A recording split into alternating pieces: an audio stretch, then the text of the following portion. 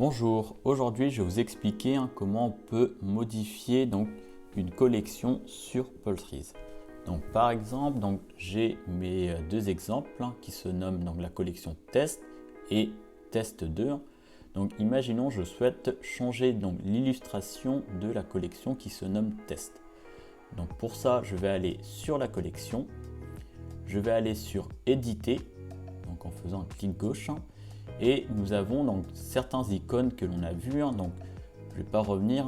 Vous aviez deux icônes pour changer la visibilité et pour pouvoir faire équipe. Il va falloir regarder dans certaines vidéos précédentes, ainsi que le changement de nom pour une collection ou une perle. Vous avez maintenant d'autres icônes sur lesquelles on va s'intéresser. On peut par exemple choisir de mettre un descriptif de notre collection pour pouvoir par exemple donner certaines informations dessus. Quand je vais dessus, par exemple je peux mettre ici exemple test, mais je pourrais nommer projet sur l'aération d'une voiture ou autre projet, d'accord. Là ce sera à vous de nommer votre élément, votre collection. Ça c'est le premier élément de personnalisation. Vous allez pouvoir aussi ajouter des sections de manière manuelle avec cette icône, comme ce que j'ai présenté dans une des vidéos où vous manipuliez cette fois-ci les collections ou les perles. Et ce qui va nous intéresser ici, ça va être la personnalisation. Pour ça, on va pouvoir distinguer deux types d'illustrations. Vous avez l'image.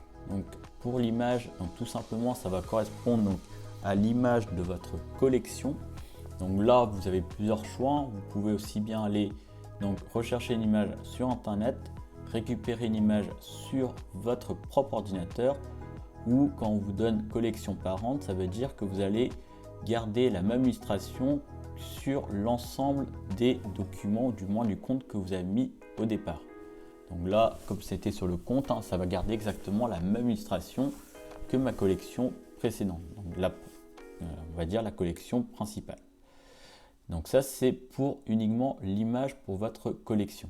Par exemple, moi je vais faire juste recherche sur le web juste pour illustrer notre exemple. Alors, je vais mettre ici, on va mettre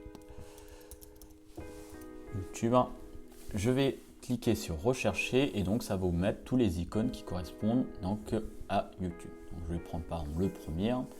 Vous avez une barre de chargement et ensuite on vous montre bien l'illustration que vous avez bien changé votre image. Ça c'est la première chose. Maintenant la deuxième chose c'est le fond. Cette fois-ci le fond ça va correspondre à ce que vous avez derrière votre collection. Par défaut le fond va être identique à l'image, mais par exemple vous pourriez parfaitement changer de fond pour avoir une image pour votre collection et quand vous rentrez dans votre collection avoir une image différente. Juste pour montrer, je ne vais pas le changer, mais après ce sera à vous de voir un peu plus loin. Si vous souhaitez juste vérifier, là le fond c'est bien la même chose que mon image principale et on vérifie que l'on a bien cette fois-ci un changement d'image pour notre collection. Merci.